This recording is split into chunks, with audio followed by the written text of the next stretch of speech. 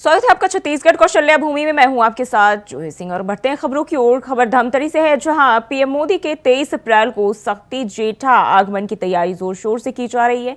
उनकी आम सभा के लिए मैदान में कई डोम पंडाल एवं हेलीपैड बनाए जा रहे हैं। आपको बता दें कि मंच पर पीएम मोदी के साथ सीएम साय भी मौजूद रहेंगे, साथ ही कई और बड़े नेता भी इसमें शामिल होंगे। बीजेपी ने इस जनसभा के लिए 1 लाख की भीड़ लाने का लक्ष्य रखा है।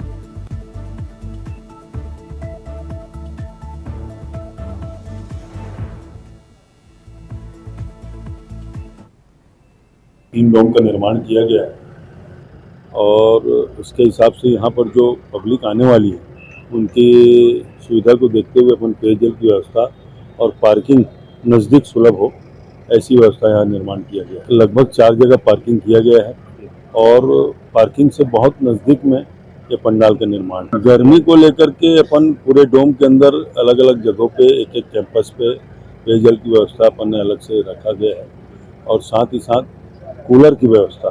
मंच जो 84 फीट का मंच बन रहा है वो सेंटर डोम पे है, सेंटर डोम के सामने, और आजू बाजू में 2 डोम का निर्माण और किया गया है।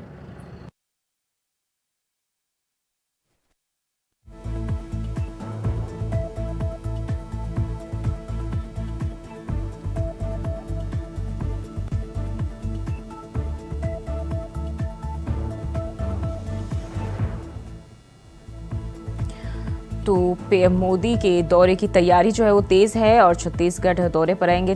23 अप्रैल को पीएम मोदी जो है यहाँ जनसभा करेंगे और सुरक्षा के जो है इंतजाम किए जा रहे हैं। प्रधानमंत्री नरेंद्र मोदी के जनसभा को देखते हुए जो है पूरी तरह से जो है तैयारियां की जा रही है। तो प्रधानमंत्री नरेंद्र मोदी 23 अप्रैल को छत्तीसगढ़ में जनसभा करेंगे और इसी को लेकर जो है पंडाल वगैरह बनाए जा रहे हैं और इसी के साथ सुरक्षा के भी खास इंतजाम किए जा रहे हैं। तो 23 अप्रैल को प्रधानमंत्री प्रदेश दौरे पर रहेंगे और जनसभा करेंगे। तो चुनाव के लिहाज से पीएम मोदी का ये एक बार फिर से बड़ा जनसभा जो है करेंगे और इस दौरान जो है लोगों को संबोधित भी करेंगे।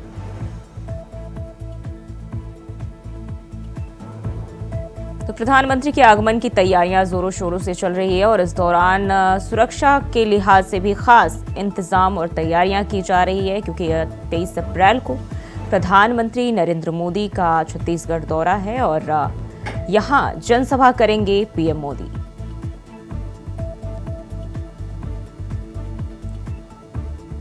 तो जेठा मैदान में पंडाल भी बनाए जा रहे हैं, 5 हेलीपैड बनाए गए हैं, 3 डोम पंडाल और मंच जो है वो तैयार किया गया है, जहां पीएम मोदी जनसभा करेंगे, लोगों को संबोधित करेंगे।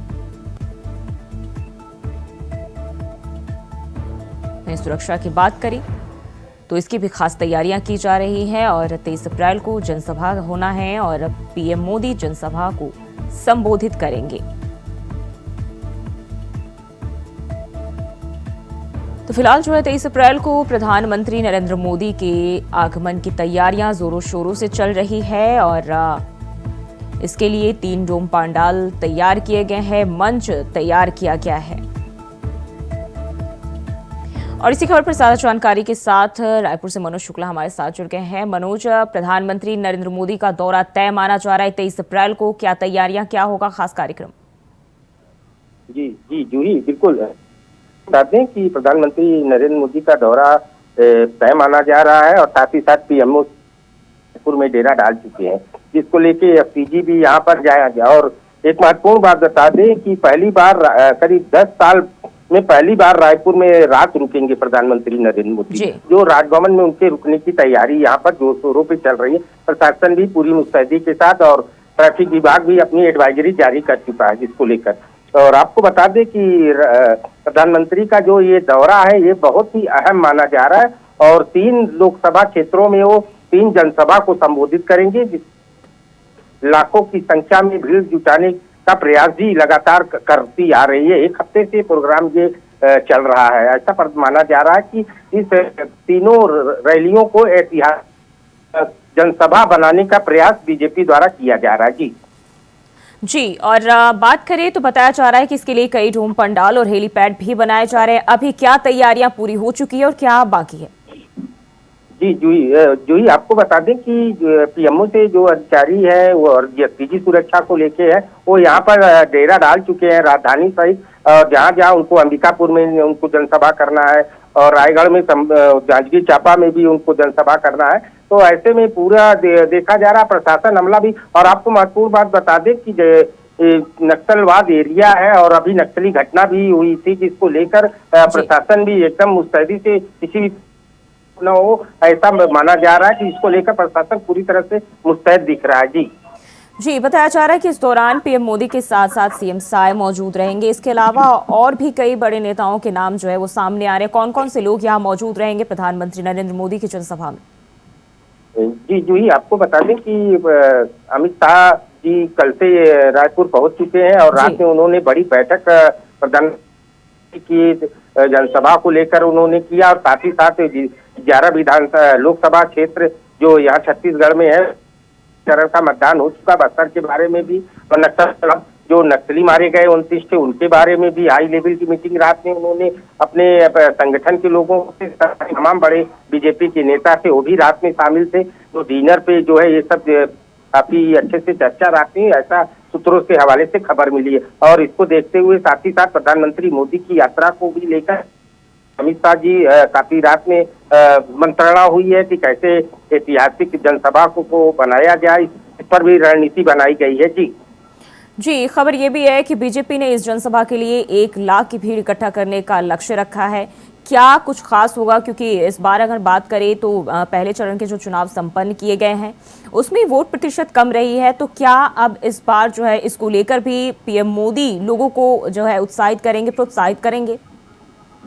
जी बिल्कुल प्रियंका आपको बता दें कि छत्तीसगढ़ प्रशासन भी मतदाताओं को जागरूक करने के लिए तमाम प्रयास कर रहे हैं। जगह जगह रैलियां निकाली जा रही हैं, जिसमें कलेक्टर एसपी जिले के तमाम बड़े अधिकारी जो है स्वयं जो है रैलियों में भाग, मोटरसाइकिल से रैली निकाली जा रही है, ट्रैक्टर से रैली निकालकर मतदाताओं को जागरूक करने का हर तरह से प्रयास किया जा रहा है, जिसको लेकर और साथ ही साथ बीजेपी नेताओं की तरफ से भी प्रयास किया जा रहा है कि चढ़कर हिस्सा ले मतदान में। जी मनोज, जिस तरीके से प्रधानमंत्री नरेंद्र मोदी जनसभा करेंगे और बड़ी संख्या में जो लोगों के भीड़ जुटने की उम्मीद जताई जा रही है, यानी कि 1 लाख का लक्ष्य रखा गया है, और ऐसे में अगर हम बात करें लोगों की सुरक्षा की भी, वहां के जो व्यवस्था है उसको लेकर क्या खास देखा जा रहा है, किस तरीके की तैयारियां?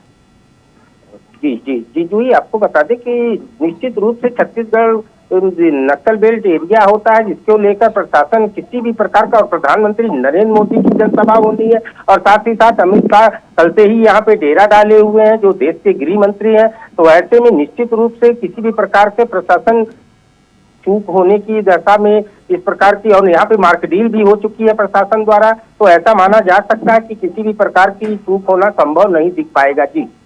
जी मनोज बने रहिए हमारे साथ, अगली खबर पे भी आपका रुख करेंगे।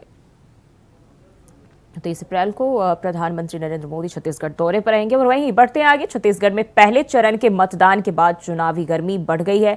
कांग्रेस महासचिव प्रियंका गांधी के दौरे के बाद भाजपा के राष्ट्रीय नेताओं का भी ताबड़तोड़ दौरा जो है वो शुरू हो गया, और इसी कड़ी में पार्टी के राष्ट्रीय अध्यक्ष जेपी नड्डा ने जनसभा को संबोधित किया।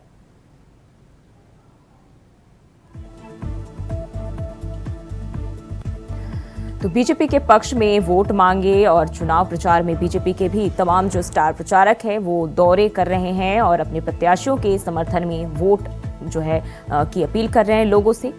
और चुनावी रण की तैयारी जो है इन दिनों काफ़ी तेज़ होती हुई दिखाई दे रही है, जहां जनसभा को जेपी नड्डा ने संबोधित किया, और छत्तीसगढ़ दौरे पर बीजेपी राष्ट्रीय अध्यक्ष जेपी नड्डा रहे और इस दौरान उन्होंने जनसभा को संबोधित किया।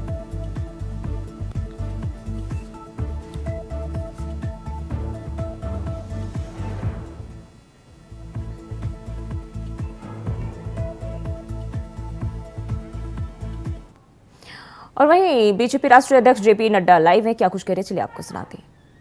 के अध्यक्ष श्री शैलेश पांडे जी, सुशांत शुक्ला जी, धर्मजीत सिंह जी, अनुराग जी, सम्मानित मंच, सभी विधायकगण और यहाँ इतनी बड़ी संख्या में एकत्र आए देवी और सज्जनों, मेरे युवा साथी और मीडिया के मेरे साथी, प्रिंट मीडिया और इलेक्ट्रॉनिक मीडिया के मेरे साथी, आज मुझे मां कौशल्या की इस पुण्य भूमि पर आने का सौभाग्य मिला है और जिस गर्मजोशी के साथ, जिस उत्साह के साथ, जिस उमंग के साथ और जिस बड़ी संख्या में मौसम के खराब होने के बावजूद भी आप सब लोग यहां उपस्थित हुए हैं, आपका उत्साह, आपका उमंग, आपके मन में जो चाहत है वह मैं स्पष्ट देख सकता हूं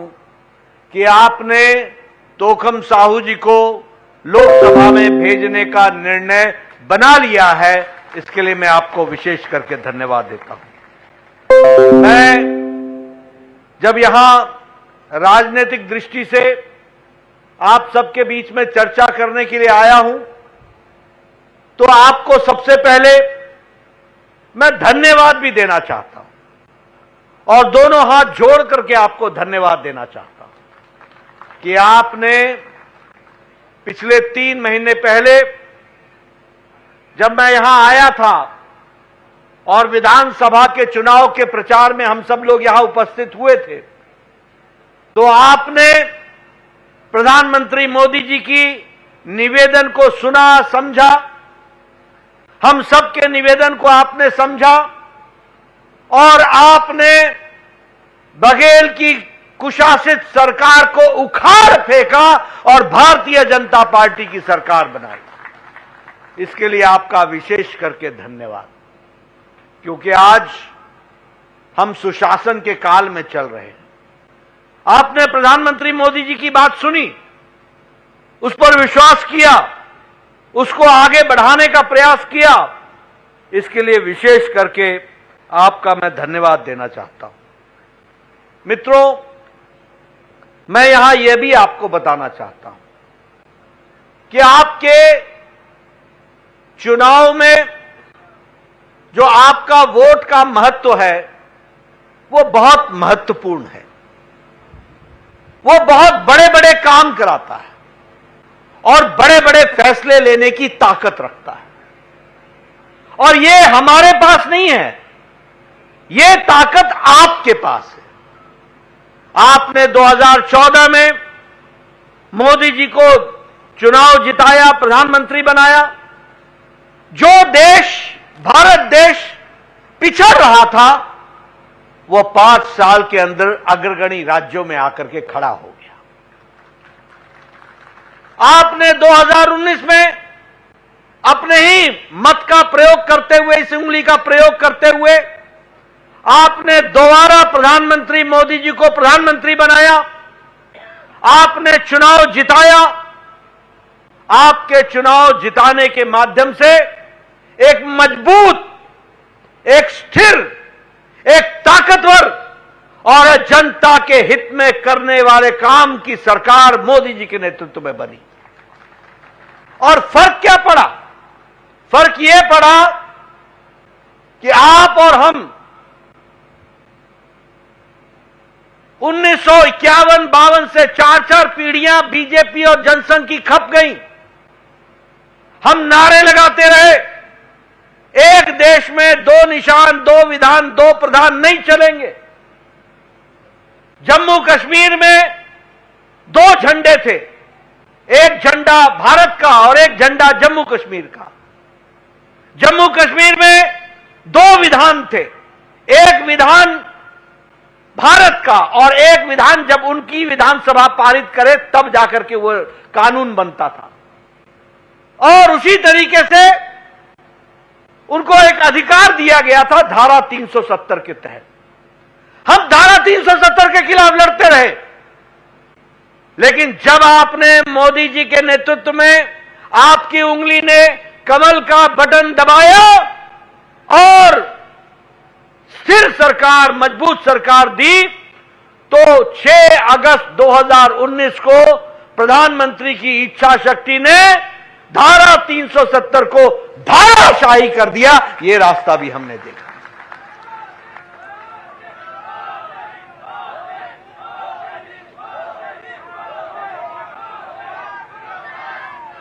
हमने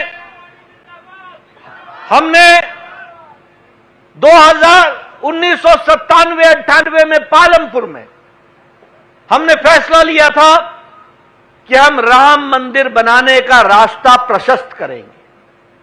1997-98 में आप सभी लोग नारा लगाते थे, एक बार नहीं अनेकों बार आप गए अयोध्या, कभी आपने शिला पूजन किया, कभी आपने अन्य कार्यक्रमों में भाग लिया, कभी आपने कार सेवा में भाग लिया, बार बार आप नारा लगाते थे, राम लला हम आएंगे, मंदिर वहीं बनाएंगे। और हमारे विरोधी विशेषकर कांग्रेस पार्टी उपहास उड़ाती थी, मजाक उड़ाती थी, राम लला तुम आओगे, तिथि कब बताओगे। हमने उनको तिथि भी बताई, आपके उंगली की ताकत ने फिर से मोदी जी को सरकार में लाया और मोदी जी के नेतृत्व में राम मंदिर का रास्ता प्रशस्त हुआ और 22 जनवरी को भव्य राम मंदिर का प्राण प्रतिष्ठा हुई।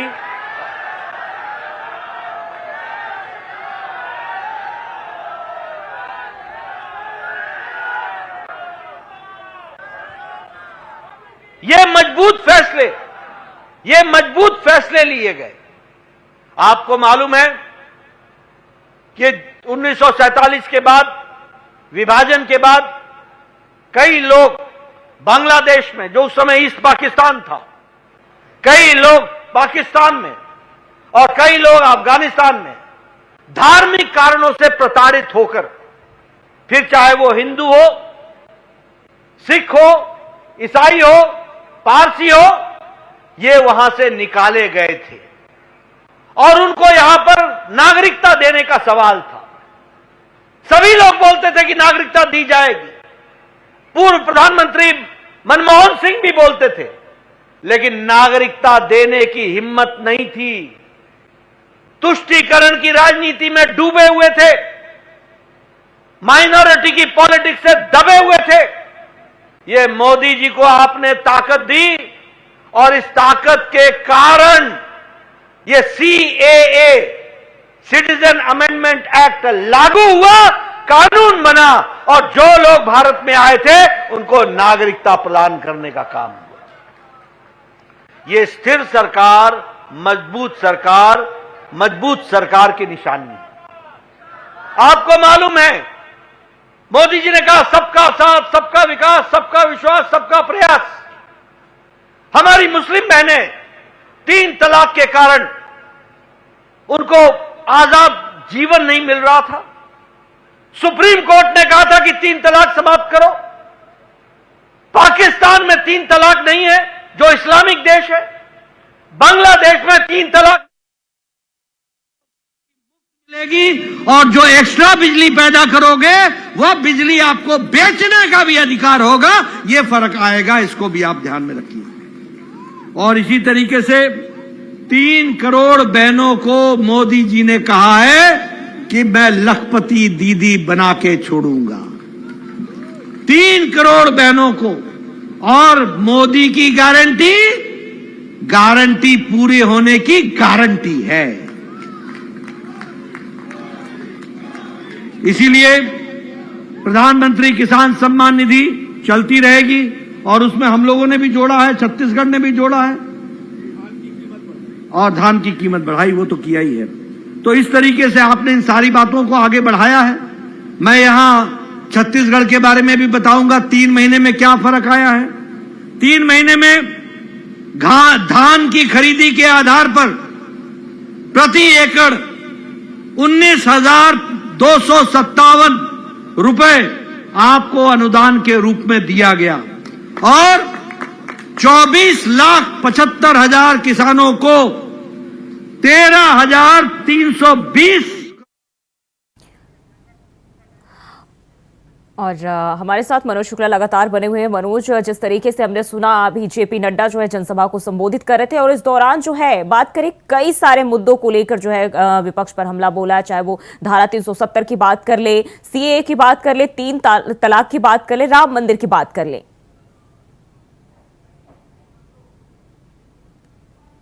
मनोज, आवाज मिल पा रही है आपको? जी बिल्कुल बिल्कुल जी। प्रदेश की छत्तीसगढ़ लोकसभा की 11 सीटें हैं और बीजेपी का ये दावा है कि इस बार जो है छत्तीसगढ़ से 11 की 11 सीटें जो है यहाँ से बीजेपी फतह करेगी। इसे लेकर बीजेपी कोई दांव छोड़ने के मूड में नहीं दिखती। ऐसे में बीजेपी के तमाम बड़े नेता, स्टार प्रचारक छत्तीसगढ़ में डेरा डाले हुए हैं। ऐसे में आपको बता दें कि अभी यहाँ राजनाथ सिंह का दौरा होके यहाँ से गए हैं, उसके बाद कल से अमित शाह जी का यहाँ पे डेरा डाले हुए हैं। आज भी अमित शाह जी जो है छत्तीसगढ़ में कई जगहों पर जो है अपनी जनसभा को संबोधित किए और साथ ही साथ कल मोदी जी का कार्यक्रम है 3 लोकसभा सीटों में जनसभा को संबोधित। तो ऐसे में ये देखा जा सकता है कि छत्तीसगढ़ में बीजेपी अपने पूरे हथकंडे अपना रही है, जिससे कि यहाँ से 11 लोकसभा सीटें जी मनोज, इस दौरान जो है जेपी नड्डा ने जनता को उनके मतों के जो बारे में है प्रोत्साहित किया है, उनको बताया है कि उसका क्या महत्व। उन्हें साफ तौर पर कहा है कि ये आपके हक में है कि आप देश को कितने ताकतवर जो है एक नेतृत्व देते हैं। जी जी जी, आपको बता दें कि चुनावी माहौल है। ऐसे में बीजेपी हो या कांग्रेस पार्टी हो, दोनों पार्टियां जनता को लुभाने का हर तरह से प्रयास कर रही हैं। तो ऐसे में माना जा सकता है कि निश्चित रूप से चुनावी वादे हैं, चुनावी घोषणा जो जनता किस पार्टी पर कितना विश्वास कर पाएगी, यह तो 4 जून को के बाद ही पता चलेगा।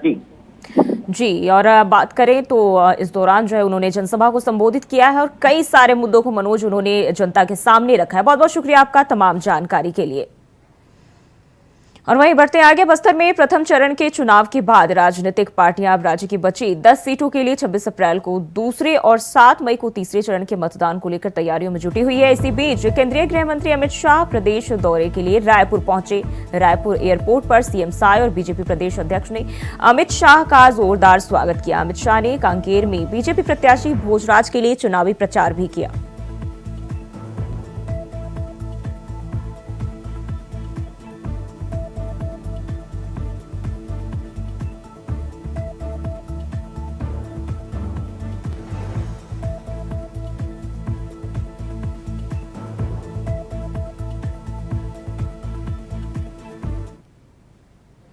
और वहीं खबर बीजापुर से है, जहां नक्सलियों की लगाई गई प्रेशर आईईडी की चपेट में आकर ग्रामीण की मौत हो गई। घटना जिले के गंगालूर थाना क्षेत्र के मुंतवेडी के जंगलों में हुई। वहीं पुलिस मामले की जांच में जुट गई है। बीजापुर एसपी जितेंद्र यादव ने घटना की जानकारी दी है।